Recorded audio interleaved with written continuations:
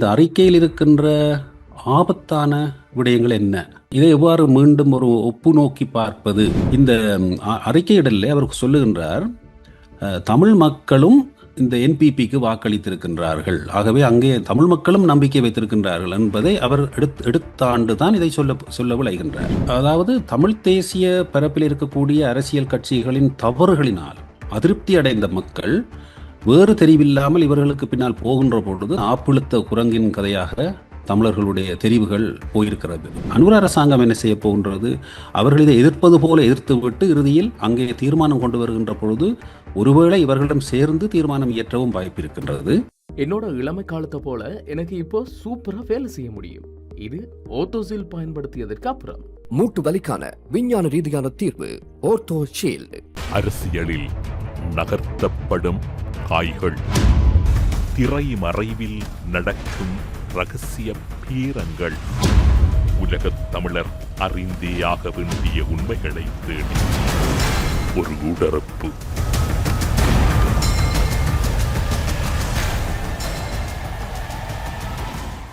இன்றைய ஊடறுப்பு நிகழ்ச்சியில் எம்மோடு இணைந்திருக்கக்கூடியவர் ஊடகவியலாளரும் தமிழ்நெட் ஆசிரியருமாக இருக்கக்கூடிய ஜெயா அவர்கள். ஊடறுப்பு நிகழ்ச்சியின் சார்பில் உங்களை வரவேற்பதில் மகிழ்ச்சி. வணக்கம். வணக்கம் தமிழரசு. ஐக்கிய நாடுகள் மனிதுரிமைகள் ஆணையாளரினுடைய முதற்கட்ட அறிக்கை வெளியாகி இருக்கின்றது. ஈழத்தமிழர்கள் பல எதிர்பார்ப்புகளோடு காத்திருந்த சூழ்நிலையில் பல குழப்பங்களும் பல விமர்சனங்களும் பல திருப்திகளும் இருப்பதாக பல தரப்புகளும் பலவேறுபட்ட விதத்திலே கூறிக்கொண்டிருக்கின்றார்கள்.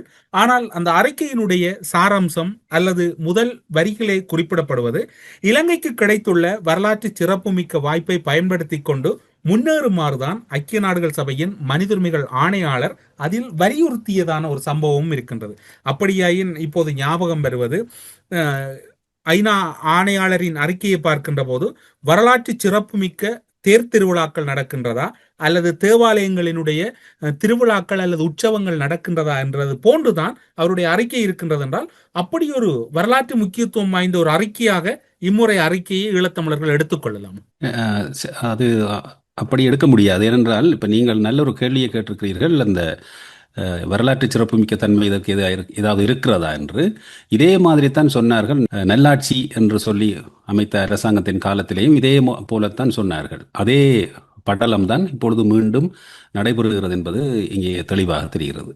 அப்படியே அதில் இருக்கக்கூடிய தொழில்நுட்ப ரீதியான பிழைகள் அல்லது ஈழத்தமிழர்களுக்கு ஆபத்தமான பகுதிகள், இலங்கை அரசு சார்பில் இந்த ஐக்கிய நாடுகள் மனிதுரிமைகள் ஆணையாளர் ஏற்பட்டிருக்கக்கூடிய திருப்திகள் என்கின்ற பகுதிகளை எல்லாம் ஒரு கட்டமைக்கப்பட்ட வகையில் நீங்கள் எப்படி பார்க்கிறீர்கள்? இதை நாங்கள் ஒரு ஆழமாக பார்த்திருக்கிறோம் நேற்றைய தினம் முழுவதுமாக. அதை நான் ஒரு வேறு வித்தியாசமான முறையில் விளக்க முயற்சிக்கிறேன். எவ்வாறு என்று சொன்னால், இந்த ஜூலை மாதம் ஒரு அறிக்கையை இன்னொரு அமைப்பு வெளியிட்டிருந்தது. இது ஐநாவினுடைய அறிக்கை அல்ல. இது ஸ்ரீலங்கா கேம்பெயின் என்று சொல்லப்படுகின்ற ஒரு என்ஜிஓ போல செயற்படுகின்ற ஒரு சாட்சிய பொறிமுறையை செய்து கொண்டிருக்கின்றவர்கள். அவர்கள் இந்த தமிழர்களுடைய இலங்கை தொடர்பாக இருக்கக்கூடிய வித்தியாசமான வழிவகைகள் என்ன, ஐசிசி, ஐசிஜே, யூனிவர்சல் யூரிஸ்டிக்ஷன் என்று சொல்லப்படுகின்ற வேறு நாடுகளில் இலங்கையைச் சேர்ந்த குற்றம் செய்தவர்களுக்கு வேறு நாடுகளில் தண்டனைகளை எவ்வாறு வழங்குவது, இந்த 3 வழிமுறைகளையும் அவர்கள் ஆராய்ந்து ஒரு அறிக்கை ஒன்றை தயாரித்திருக்கின்றார்கள். இந்த அறிக்கையை அனைவரும் பார்ப்பது நல்லது என்று நான் நினைக்கின்றேன், அறிவை பெருக்கிக் கொள்வதற்கு. அந்த நிறுவனம் பற்றிய விமர்சனங்களுக்கு அப்பால் அந்த அறிக்கையில் இருக்கின்ற முக்கியத்துவம், இந்த ஐசிசி, ஐசிஜே, யூனிவர்சல் யூரிஸ்டிக்ஷன் சம்பந்தமான ஒப்பீடு ஒன்றை அவர்கள் செய்து தங்கள் கருத்தை முன்வைத்திருக்கின்றார்கள். அவர்களுடைய ஆய்வு தங்களுடைய தேவைக்காக செய்யப்பட்டது என்பதையும் நாங்கள் நினைவில் வைத்துக்கொண்டு, அவர்கள் தங்களுடைய நோக்கு நிலையில் தான் எழுதியிருப்பார்கள் என்பதையும் நினைவில் வைத்துக்கொண்டு இதை பார்த்து கொண்டு போகின்ற பொழுது இந்த 3 விடயங்களையும் அவர்கள் அங்கே ஒப்பிட்டிருப்பார்கள். ICC, ICJ, universal jurisdiction. அதில் யார் என்ன இதை நோக்கியது, அப்படியான விவரங்கள் எல்லாம் தரப்பட்டிருக்கும். இதில் மிக முக்கியமான விடயமாக நாங்கள் பார்ப்பதென்றால், இதை இலங்கை பொறுத்தவரையில் இதில் என்ன இருக்கின்றது, என்ன வாய்ப்புகள் இருக்கிறது என்பதிலே ஐசிசி என்பது சாத்தியமே அற்றது என்ற முடிவை அவர்கள் சொல்லுவதோடு, ஐசிஜே அதாவது அரசு பொறுப்பு விசாரிப்பதற்கான வாய்ப்புகள் இருக்கின்றன, ஆனால் அது சாத்தியக்கூறுகள் இருக்கின்றன, ஆனால் மிகவும் ஒரு குறைந்த சாத்தியக்கூறுகள் இருக்கின்றன என்பது போன்ற ஒரு கருத்தை முன்வைத்து இந்த யூனிவர்சல் யூரிஸ்டிக்ஷன் என்று வேறு நாடுகளிலே இந்த தளபதிகள் வருகின்ற பொழுது அவர்களுக்கான தண்டனைகளை கொடுப்பதற்கு வாய்ப்புகள் இருக்கின்றன. அது சுவிட்சர்லாந்து, UK போன்ற இடங்களிலே இவ்வாறு செய்ய முடியும் என்ற கருத்தை அவர்கள் முன்வைத்திருக்கிறார்கள். இந்த கருத்திலே அவர்கள் நெடுநாளாக பயணித்து வருவார்கள்.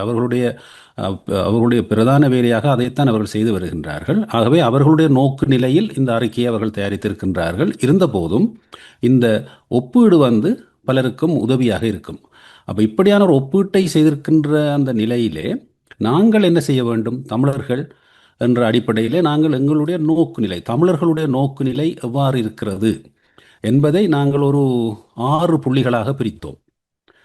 தமிழ்நெட் ஊடக ஆசிரிய குடும்பத்தின் சார்பாக அதிலே பார்த்த பொழுது உள்ளூர் விசாரணைகளில், டொமஸ்டிக் இன்வெஸ்டிகேஷன் என்று சொல்வார்கள், அவற்றிலோ அல்லது கலப்பு விசாரணை பொறிமுறைகளிலோ, ஹைபிரிட், அதிலே தமிழர்களுக்கு நம்பிக்கை துப்புரவாக கிடையாது. ஆகவே தமிழர்களை பொறுத்தவரையில் அவர்கள் சுயாதீனமான சர்வதேச பொறுப்புக்கூறல் பொறிமுறைகளைத்தான் அவர்கள் எதிர்பார்க்கின்றார்கள். அது முதலாவது விடயம். அடுத்ததாக இந்த ஜெனோசைட் என்பதை நோக்கிய விசாரணையாக அமைய வேண்டும். ஆகவே அது ICJயில் அப்படியான விடயத்திலே தமிழர்களுக்கு கூடுதலாக இலங்கை அரச பொறுப்பை விசாரிக்க வேண்டும் என்ற ஒரு தேவை இருக்கிறது.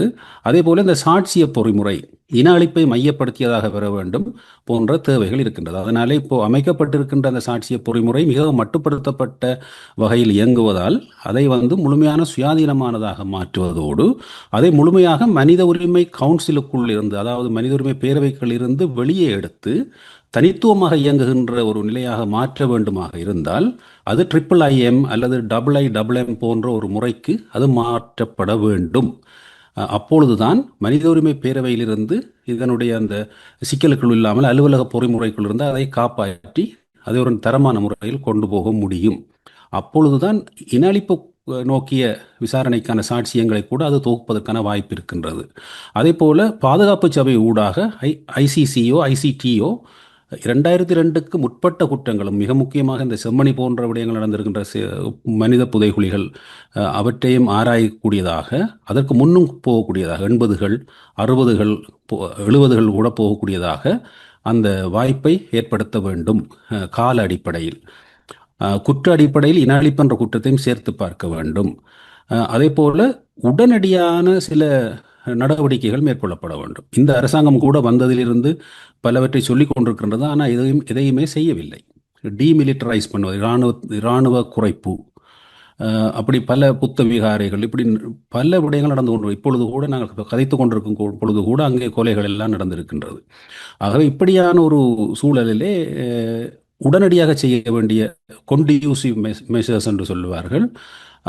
அடுத்ததாக அரசியல் தீர்வு, அது சுயநிர்ணய உரிமையை பாதுகாப்பதாக, அதுக்கு தேவையான சர்வதேச ஆர்பிட்ரேஷன் என்று சொல்லுவார்கள், சர்வதேச ஒரு பங்கேற்றலுடன் அது செய்யப்பட வேண்டும். அப்போ இப்படியான அந்த தமிழர்களுடைய நிலைப்பாடுகள் 6 என்ற வகையிலே வகைப்படுத்தி, இந்த 6 வகையையும் இவர்களுடைய ஐநாவினுடைய அறிக்கை ஏதாவது வகையில் பலனுள்ளதாக செய்கிறதா என்பதை பார்க்க வேண்டிய தேவை இருக்கிறது. அதற்கு போக முன்னர் இவர்கள் உருவாக்கி இருக்கின்ற அந்த சாட்சிய பொறிமுறை, ஏற்கனவே சாட்சியங்களை திரட்டி கொண்டிருக்கின்றார்கள். நீங்களும் என்னோடு பேசுகின்ற பொழுது இந்த நேர்காணலுக்கு முதல் அதை பற்றி குறிப்பிட்டிருந்தீர்கள். அந்த சாட்சிய பொறிமுறையில் அதற்கு இருக்கின்ற என்ன ஆணை இருக்கின்றது, பணிப்பாணை, அது எந்த செயற்பரப்பு இருக்கின்றது, இப்படியான விடயங்களை பார்க்கின்ற பொழுது அவர்கள் 2021 ஆரம்பித்ததை காலப்போக்கிலே ஒரு 2022 இருந்தால் செயற்பட ஆரம்பித்திருக்கிறார்கள். உண்மையில் அவர்கள் 2 வருடங்கள் தான் செயற்திட்டத்தில் இருந்திருக்கின்றார்கள். அதிலே அவர்கள் இந்த பணிப்பாணை என்பது சிரியா, மியான்மர் ஆகிய நாடுகளுக்கான விசாரணை பொறிமுறைகளுக்கு ஒத்ததாக இல்லை என்றே சொல்லியிருக்கிறார்கள். சுயாதீனம் அற்றது என்று விட அவர்கள் தெளிவாக சொல்லியிருக்கின்றார்கள். வளமையாக சுயாதீனமான நிபுணர்களை கொண்டிருக்கும் அத்தகைய அமைப்புகளின் பணிப்பாணைகள் முழுமையாக OHCHRல் இருந்து புறப்பானவையாகவும் இருந்து வருகின்றன. ஆகவே அப்படி இல்லாமல் தங்களுடைய அலுவலகத்தின் கட்டுக்குள்ளே தான் இது இருக்கின்றது என்பதை அவர்களே ஒத்துக்கொண்டிருக்கிறார். இது அவர்களே வெளியிட்ட கேள்வி பதிலிருந்து நான் இதை எடுத்திருக்கின்றேன், இந்த பகுதியை. அதே போல எல்லா விடயங்களையும் அங்கே பார்ப்பீர்களா என்றதிலே அதுக்கும் அவர்கள் சில பதில்களை கொடுத்திருக்கின்றார்கள். ஆனால் குறிப்பாக இன அழிப்புக்கு தேவையான சாட்சியங்களை அவர்கள் சேகரிப்பதாக நடைமுறையில் எந்தவிதமான அறிகுறியும் இல்லை என்பதுதான் உண்மை. இந்த நேரத்தில் தான் நீங்கள் கேட்ட இந்த அறிக்கை வந்திருக்கின்றது. நேற்று இந்த அறிக்கை பகிரங்கப்படுத்தப்பட்டிருக்கிறது ஐநா மனித உரிமை ஆணையாளருடைய. அந்த அறிக்கையிலே 105,000 சாட்சியங்களை அவர் தொகுத்திருப்பதாகவும் 75,800 ஏற்கனவே துவக்கப்பட்ட OASL விசாரணையிலிருந்து பெறப்பட்டதாகவும் 2,000 ஐநாவினுடைய வேறு பொறிமுறைகளிடமிருந்து பெற்றுக்கொள்ளப்பட்டதாகவும், அந்த கடந்த 4 வருடங்கள் என்று சொல்லுகிறார்கள், உண்மையில் கடந்த 2 வருடங்களாக தான் தொழிற்பட்டிருக்கிறார்கள், அதிலே 34,000 புதிதாக சேர்க்கப்பட்டிருப்பதாகவும் சொல்லியிருக்கின்றார் சாட்சியங்கள்.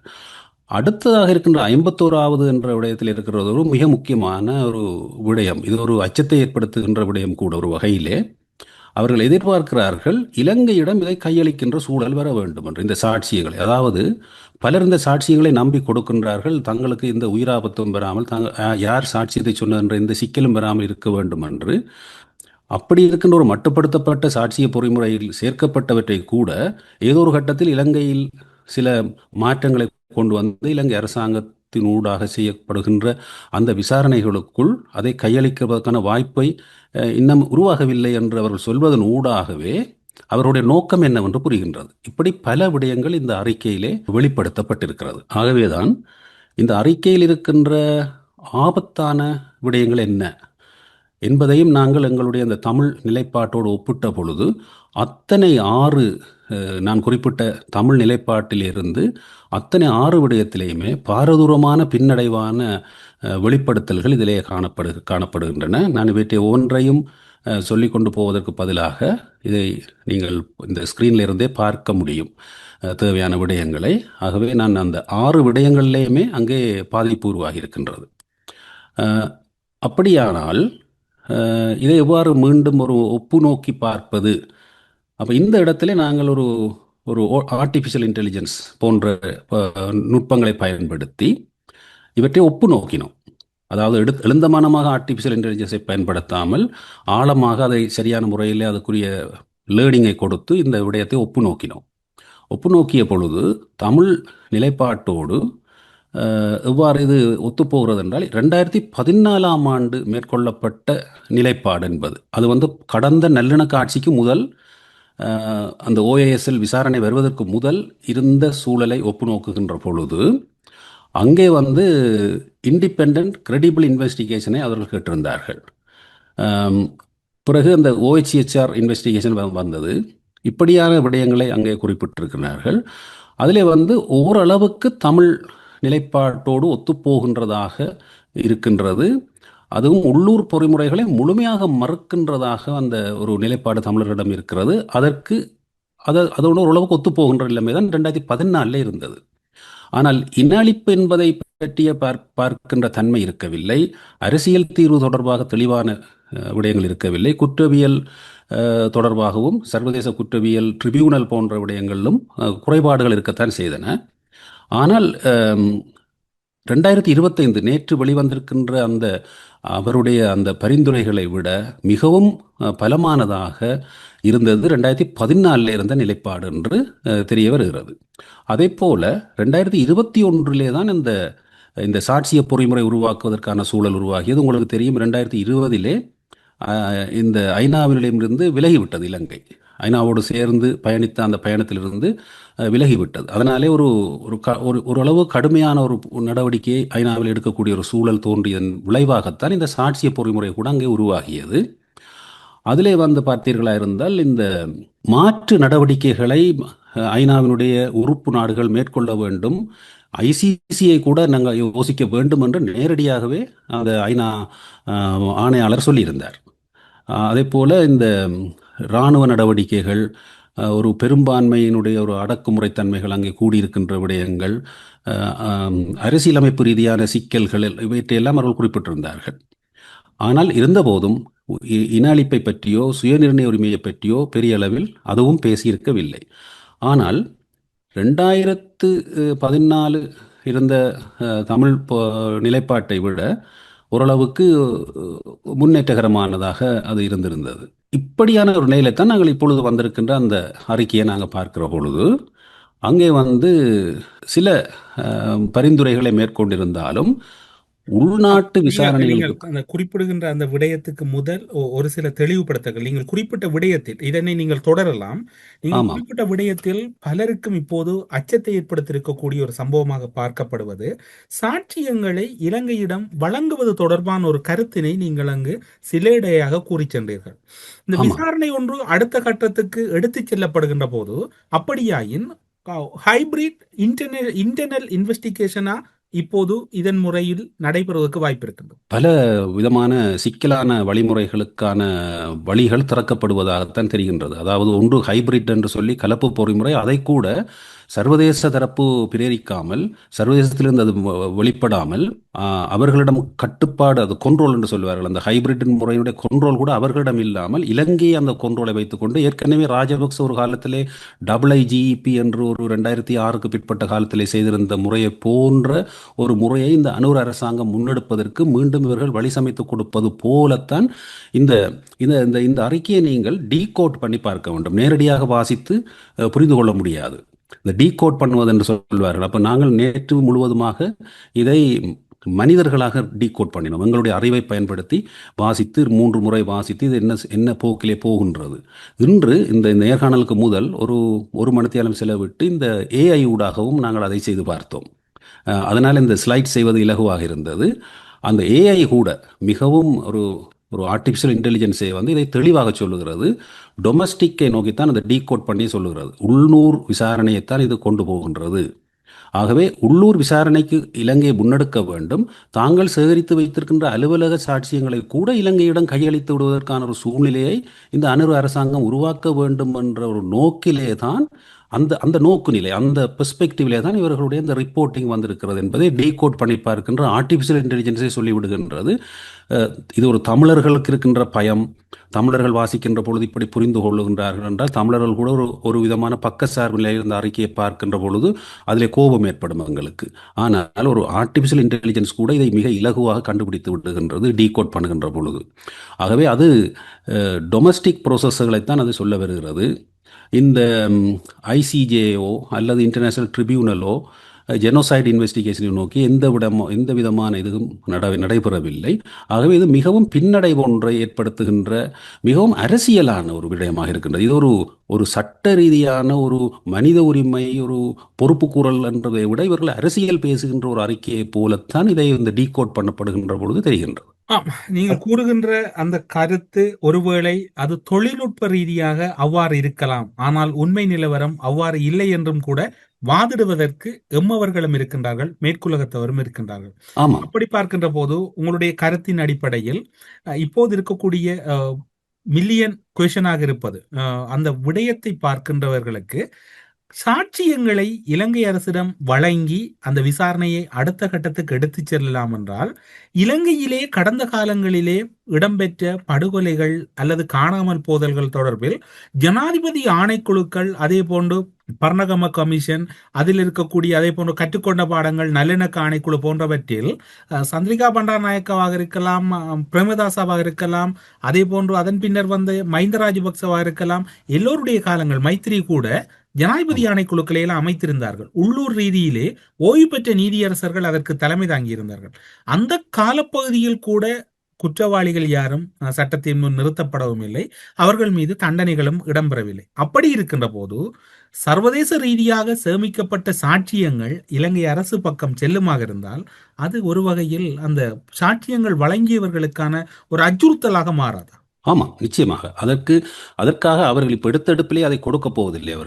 அவர்கள் இலங்கை அரசாங்கத்திடம் மாற்றங்களை எதிர்பார்க்கின்றார்கள். அதாவது அதுக்கு சந்தர்ப்பத்தை கொடுக்கிறார்கள். மீண்டும் மீண்டும் இதே இப்படியே தான் செய்து கொண்டிருக்கிறார்கள். மீண்டும் மீண்டும் ரீஇன்வென்டிங் த வீல் என்று சொல்லுவார்கள். அதைத்தான் இந்த மனித உரிமை சபையும் மனித உரிமை ஆணையாளரும் செய்து கொண்டிருக்கின்றார்கள். அரசாங்கங்கள் மாற மாற அவர்கள் ஒரு புது விடயத்தை செய்வார்கள். இப்பொழுது JVP வந்திருக்கிறது, அது அப்படியே நேரடியாகவே அவருடைய அறிக்கையில் அந்த தொனிக்கின்றது. இதிலே இந்த 2025ஆம் ஆண்டு வந்திருக்கின்ற இந்த அறிக்கையானது மிகவும் வீக்கஸ்டான ஒரு உள்நாட்டு பொறிமுறையை நோக்கி பயணிக்கிறது என்பது அதை டீகோட் பண்ணுகின்ற பொழுது தெளிவாக தெரிகின்றது. ஐக்கிய நாடுகள் சபையின் மனித உரிமைகள் ஆணையாளர் குறிப்பிட்டிருக்கிறார், வரலாற்று சிறப்பு மிக்க வாய்ப்பை பயன்படுத்தி கொண்டு இலங்கை மக்கள் முன்னேறி செல்ல வேண்டும் என்று. இதைத்தான் எரிக் சோல்ஹைம் 2014-15 நல்லாட்சி வந்த பொழுது போற்றி புகழ்ந்து பெரிய உலகில் இல்லாத ஒரு வாய்ப்பு உருவாகிவிட்டது, அனைவரும் ஒத்துழையுங்கள் என்று கூவியிருந்தார்.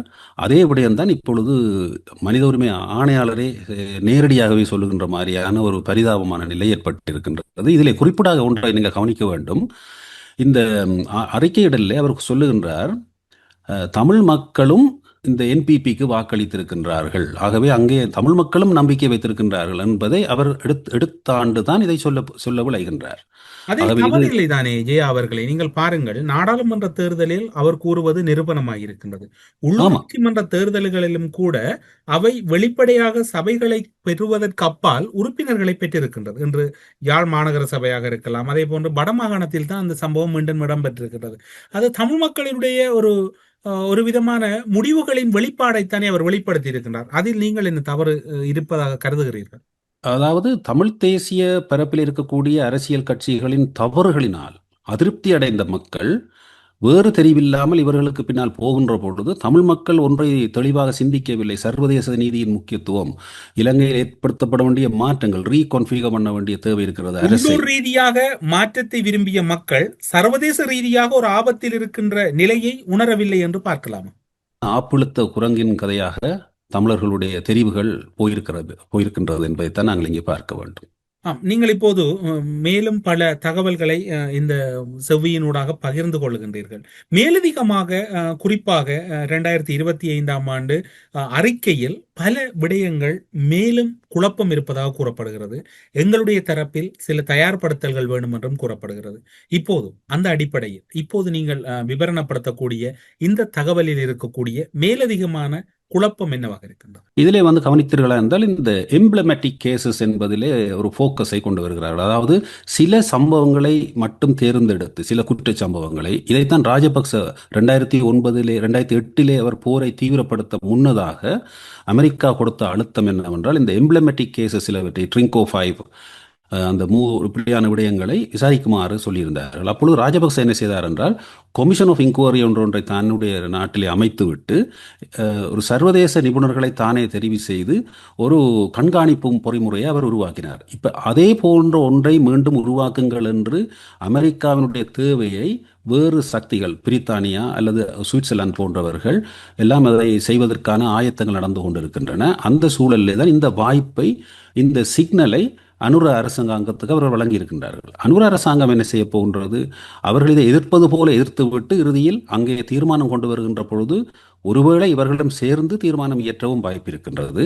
அப்போ இலங்கையும் சேர்ந்து தீர்மானத்தை இயற்றுகின்ற சூழல் வருகின்ற பொழுது மிகவும் பலவீனமான ஒரு தீர்மானம் வருவதற்கான வாய்ப்பு இருக்கின்றது. அல்லாதபடியில் இவர்கள் எதிர்த்து கொண்டு நின்றால் கூட அங்கே ஒரு சிக்கல் உருவாகிறது. எப்படி என்றால், நீங்கள் தானே ஐநாவினுடைய அறிக்கையிடலே நீங்கள் தானே சொன்னீர்கள், எங்களை எல்லாம் உள்ளூர் பொறுமுறையாக செய்யுமாறு, ஆகவே நாங்கள் செய்கின்றோம், நீங்கள் இதில் தலையிடாதீர்கள் என்று விட்டு அவர்கள் ஒரு விதமான சில வேலைகளை செய்து கொண்டு போகின்ற பொழுது ஐநாவும் அங்கே மீண்டும் கால நீடிப்பு என்ற ஒரு சிக்கலுக்குள்ளே போய்விடுகின்றது. இதிலே தான் இந்த எம்ப்ளமேட்டிக் கேசஸ் என்கின்ற கதை மீண்டும் தலையெடுத்திருப்பதை இந்த இதிலே பார்க்கக்கூடியதாக இருக்கின்றது. ஏற்கனவே 2021 2014 நடந்த விடயங்களில் இருக்கிறதுலேருந்து இது மிகவும் வித்தியாசமாக இருக்கின்றது. கூடுதலான முக்கியத்துவம் இந்த எம்ப்ளமேட்டிக் கேசஸ் கொடுக்கப்படுகிறது. ஆகவே இலங்கை தான் தன்னுடைய விடயத்தை பார்க்க வேண்டும் என்ற அந்த ஒரு சந்தர்ப்பத்தை கொடுப்பதாகவே மீண்டும் இந்த நிலைமை வந்திருக்கின்றது. ஆகவே இது ஒரு விதமான 2021 விட 2014 அந்த யூனிவர்சல் யூரிஸ்டிக்ஷன் நாங்கள் ஏற்கனவே கதைத்த வேறு நாடுகளில் வைத்து தண்டனை கொடுக்கின்ற தன்மை குறைவாக. அதற்கு முன்னதாக நீங்கள் இப்போது குறிப்பிட்டீர்கள் எம்ப்ளமேட்டிக் கேசஸ். அதனுடைய தாற்பயங்கள் அல்லது அதனுடைய நிலைமைகள் இந்த அறிக்கையின் பின்னர் எப்படி பிரதிபலிக்க போகின்றது என்பதை நீங்கள் கருதுகிறீர்கள்? அதாவது இப்போ பார்த்தீங்கன்னா, ஆட்சியாளர்கள் தங்களுடைய நெடுங்கால இருப்புக்கு தேவையான சில குற்றவியல் நடவடிக்கைகள், விசாரணைகளை முன்னெடுக்கின்றார்கள். அது தமிழர்களுக்கு நலனுக்குரிய முறையில் அவர்கள் முன்னெடுக்கவில்லை. அவர்கள் தங்களுடைய இருப்பை தக்க வைத்துக் கொள்வதற்கு ஊழலுக்கு எதிரான நடவடிக்கைகள், அப்படியான நடவடிக்கைகளை மேற்கொள்கின்ற பொழுது எங்கோ ஒன்று ரெண்டு விடயங்களை தமிழர்களுக்குரிய விடயங்களிலும் ஒன்று ரெண்டு விடயங்களை செய்துவிட்டால் போதும் என்ற மனநிலையில் அவர்கள் செயற்படுவார்கள். அதற்கு சில சில சில தண்டனைகளை கொடுப்பதாக வருவதற்கு வாய்ப்பு இருக்கின்றது. அதைத்தான் இந்த ஐநா மனித உரிமை ஆணையாளரும் அந்த அளவு கீழுக்கு இறங்கி சென்றிருக்கின்றார். சர்வதேச நீதி பொறிமுறைக்கு கொடுக்க வேண்டிய முக்கியத்துவத்தை, அதாவது அவர் நேரடியாக சொல்லுகின்றார், அதாவது இலங்கைக்குள்ளே தான் அந்த பிரதான பொறுப்பு இருக்கின்றது விசாரிப்பதற்கு. நாங்கள் செய்ய போவது காம்ப்ளிமெண்டரி.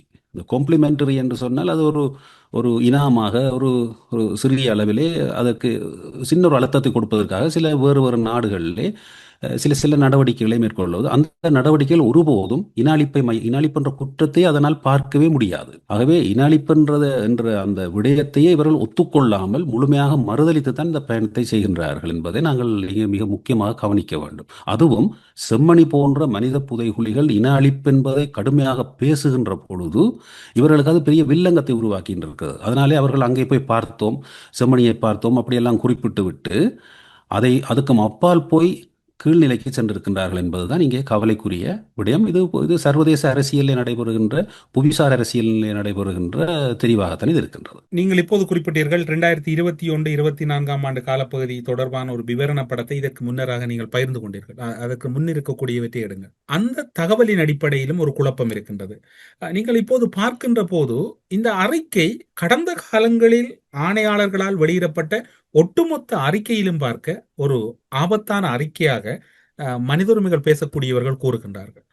அப்படி இருக்கின்ற போது இதற்கு நீங்கள் இப்போது கூறிய விடயத்தை தெளிவுபடுத்துங்கள். 2021 காலப்பகுதி தொடர்பான அறிக்கையை மேற்கோள் காட்டினீர்கள். 2021 2020 இலங்கை வெளியேறியிருந்தபடியினால் ஒரு ஒரு அங்கே ஆட்சி மாற்றம் ஒன்றை ஏற்படுத்த வேண்டும் என்ற நோக்கிலே இவர்கள் ஒரு அழுத்தத்தை பிரயோகிக்கின்ற நோக்கத்திலே இந்த ஒரு கடுமையான ஒரு நடவடிக்கையை முன்னெடுத்தார்கள். ஓரளவு கடுமையான நடவடிக்கையை. ஆனால் அதன் பின்னர் அங்கே ஆட்சி மாற்றம் ஏற்பட்டு விட்டது. ஆகவே இப்பொழுது மீண்டும் அந்த இலகு நிலைக்கு சென்றிருக்கின்றார்கள். இதுதான் அங்கே நடைபெறுகின்ற விடயம். இந்த தமிழர்களை பொறுத்தவரையில் தமிழர்களுக்கென்று உலகில் ஒரு நாடு இல்லாமல் இருக்கிறபடியினாலே தமிழர்களுடைய விடயம் அங்கே உரத்து பேசப்படுகின்ற ஒரு விடயமாக இல்லாத நிலையில் இது முழுவதுமாக கையாளப்படுகின்ற நிலையிலே வைக்கப்பட்டிருக்கின்றது. அதனாலே இந்த கோரிக்கைகளை, அதனால் தான் நாங்கள் வலியுறுத்துகின்றோம், கோரிக்கைகளை தெளிவாக நாங்கள் முன்வைக்க வேண்டும். அப்போ கோரிக்கைகளை நாங்கள் தெளிவாக முன்வைக்காதவாறு நீங்கள் கவனித்து பாருங்கள். 4ஆம் திகதி என்று நினைக்கின்றேன் இவர்கள் ஒரு தமிழ் சிவில் சமூகம் மற்றது சில அரசியல் தரப்புகள் சேர்ந்து ஒரு வேண்டுகோளை விடுக்கின்றார்கள், கோரிக்கைகளை முன்வைக்கின்றார்கள். அவற்றை எதிர்பார்த்த அளவு வலிவாக முன்வைக்காமல் ஒரு குழப்பமான முனையை அதை வைக்கின்றார்கள். ஐசிசியை மட்டுமே மையப்படுத்தி ஒரு நகர்வை செய்கின்றார்கள். இதற்கு பதில் அடுத்த நாளே போடுகின்றார். 5ஆம் தேதியே அவர் பதில் அனுப்புகின்றார் ஐக்கிய நாடுகள் உயர்ஸ்தானிகர். அதிலே அவர் சொல்லுகின்றார், என்னுடைய அறிக்கையிலே இந்த விடயங்கள் எல்லாம் வரும் என்ற மாதிரி சொல்லிவிட்டு அதிலேயே தெளிவாக சொல்லிவிட்டார், இலங்கைக்கு தான் பெரிய பொறுப்பு இருக்கின்றது, எங்களுடைய பொறுப்பு மிகவும் குறைவாகத்தான் இருக்கும் என்று. அதற்குரிய பதிலை கூட இன்னும் அந்த சிவில் சமூக தரப்பினரும் இந்த அரசியல் தரப்பினரும் எங்களுடைய பக்கத்திலிருந்து கடுமையாக அனுப்பியிருக்க வேண்டும். அப்போ நாங்கள் செய்ய வேண்டிய வேலைகளை செய்யாது விட்டு அரசியலுக்காக இதை பயன்படுத்தி, அரசியலுக்காக இன அழிப்பை நாங்கள் பயன்படுத்தக்கூடாது. இன அழிப்பு என்ற அந்த அந்த கோரிக்கை தெளிவாக தாயகத்திலிருந்து முன்வைக்கப்பட வேண்டும். ஆனால் அந்த நிலையில் இப்போ மாற்றம் ஏற்படுகின்றது. இப்பொழுது எழுந்திருக்கின்ற விவாதத்தினாலே பல தமிழர் தரப்புகள் இப்பொழுது இதை உணர்ந்து கொண்டு இந்த அறிவை பெற்றுக்கொண்டு செயற்பட ஆரம்பித்திருக்கிறார்கள் என்பதற்கு பல சமிக்ஞைகள் எங்களுக்கு வருகின்றன. ஆகவே தமிழர்கள் தங்களுடைய கோரிக்கைகளில் பலமாக நின்று உலகளாவி வாழுகின்ற தமிழர்களும் தமிழ்நாடும் மீண்டும் இறுக்கமாக, இதில் நான் மிக குறிப்பாக குறிப்பிட வேண்டும் என்னவென்றால், 31 தீர்மானம் வந்த பொழுது அமெரிக்க தீர்மானத்தை எதிர்ப்போம் என்று தமிழ்நாட்டிலே சட்டசபையிலே கூட தீர்மானம் இயற்றுகின்ற நிலையில் அப்போது இருந்த முன்னைய முதலமைச்சர் ஜெயலலிதா அம்மையார் அவர்கள் செயற்பட்டது நினைவிருக்கும்.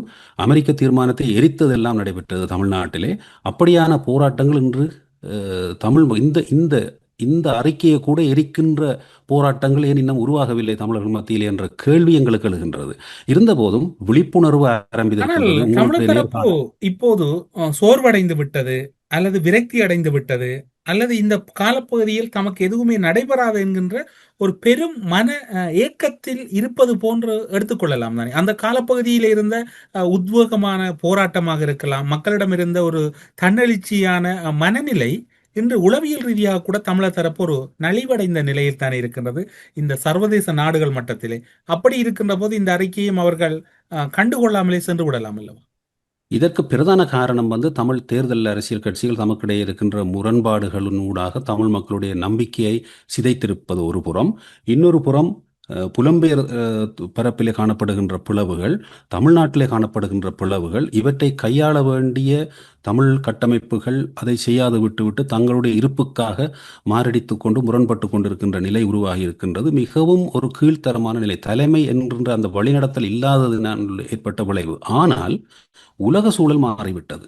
குறிப்பாக நீங்கள் பார்த்தீர்கள் இன்று 30 வயதுக்கு கீழ்ப்பட்ட சர்வதேச பரப்பிலே அமெரிக்காவிலிருந்து ஐரோப்பா வரை, ஆப்பிரிக்கா வரை, குளோபல் சவுத் வரை இளந்தலைமுறையினர் இன அழிப்புக்கு எதிராக எழுந்திருக்கின்றார்கள்.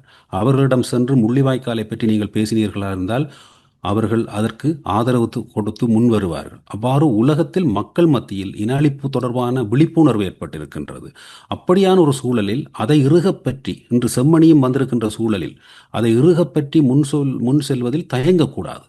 அதன் ஊடாகத்தான், அந்த தார்மீகத்தின் ஊடாகத்தான் எங்களுக்கு சர்வதேச நீதி சாத்தியமாகும்.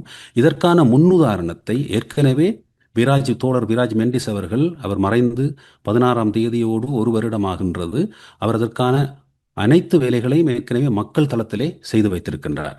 ஆகவே பல விடயங்கள், நம்பிக்கை தரக்கூடிய விடயங்கள் இருக்கின்றன. இவற்றின் அறிவை பெற்றுக்கொண்டு அறிவார்ந்த சமூகமாக நாங்கள் சிந்திப்போம், செயற்படுவோமாயிருந்தால் எங்களுக்கான கதவுகள் திறக்கப்படும். இப்போது இந்த அறிக்கை வெளியாகிவிட்டது. அறிக்கை தொடர்பான கருத்துக்களை கூறலாமே ஒழிய பெரிய மாற்றங்கள் நிகழ்வதற்கும் சந்தர்ப்பம் இருக்கின்றது. நீங்கள் குறிப்பிடுவது போன்று ஈழத்தமிழர்களை பொறுத்தவரையில் தமிழ் தேசிய அரசியலில் இருக்கக்கூடிய அரசியல் கட்சிகள், சிவில் சமூகங்கள், புலம்பெயர் அமைப்புகள் எல்லாம் இந்த விடயத்தை ஒன்றாக கையாள வேண்டும். ஆனால் அந்த ஒன்றாக கையாளக்கூடிய மனநிலையில் யாரும் இல்லாதிருக்கின்றது. எல்லோரும் தங்களுடைய கருத்துக்களை முன்னிலைப்படுத்துவதிலும் தங்களுடைய சித்தாந்தங்களை முன்னிலைப்படுத்துவதிலுமே எல்லோரும் அக்கறையோடு இருக்கின்றார்கள். அப்படி ஒரு கூட்டான முயற்சிக்கு இன்னும் ஈழத்தமிழர்கள் வராத பட்சத்தில் இந்த அறிக்கையினுடைய வெளிவந்த வடிவமே இறுதி வடிவாகவும் இலங்கை அரசினுடைய திருத்தங்கள் மட்டுமே இறுதி திருத்தமாகவும் அல்லவா சென்றுவிடும். அந்த ஆபத்தில் இருக்கின்ற பொழுதும் தமிழர்களை பொறுத்தவரையில் அவர்கள் இன்று நீங்கள் இந்த ஒரு கிராஃப் என்று சொல்லுவோம், கிராஃபிலே வந்து அடிமட்டத்துக்கு போயிருக்கிறார். புலம்பெயர் சூழல்லையும் வந்து பல பிளவுகள், சிக்கல்கள் என்று வேறு விடயங்களை கதைத்து கொண்டிருந்து நேரத்தையும் பொருள் விரயத்தையும் செய்து கொண்டிருக்கின்றார்கள். தாயகத்திலே அரசியல் கட்சிகள் மிகவும் கோமாளித்தனமாக செயற்பட்டு கொண்டிருக்கின்றன. இந்த இதிலே அடிமட்டத்துக்கு அவர்கள் வந்திருக்கின்றார்கள். இனி வந்து மேல் எழும்புவதற்குத்தான் ஒரே ஒரு வாய்ப்பு இருக்கின்றது. இனி இதை விட கீழே போக முடியாது என்ற அந்த இடத்தில் வருகின்ற போது செல்ஃப் ரியலைசேஷன் என்று சொல்லுவார்கள். அதாவது தாங்களாக தங்கள் தவறை உணர்ந்து கொண்டு இனி முன்னோக்கி சிந்திக்கின்ற அந்த சிந்தனை அனைவரிடம் வருவதற்கான வாய்ப்பு இருக்கின்றது. அந்த வாய்ப்பை இந்த அறிக்கை கூட எங்களுக்கு தருகின்றது என்று தான் சொல்ல வேண்டும். புலம்பெயரில் நடந்து வருகின்ற முரண்பாடுகளும் அந்த சிந்தனையை அனைத்து தரப்புகளிடம் பொழுது கொண்டு வந்திருக்கின்றார்கள். ஆகவே இதற்கான சில வேலை திட்டங்களை சரியாக முன்னெடுக்கின்ற பொழுது அந்த வேலை திட்டங்களும் ஆரம்பித்திருக்கின்றன. அப்படியான வேலை திட்டங்கள் 2026 ஆரம்ப பகுதியிலும் ஒரு நடுப்பகுதிகளிலும் நடந்து முடியும் என்று நாங்கள் எதிர்பார்க்கின்றோம்.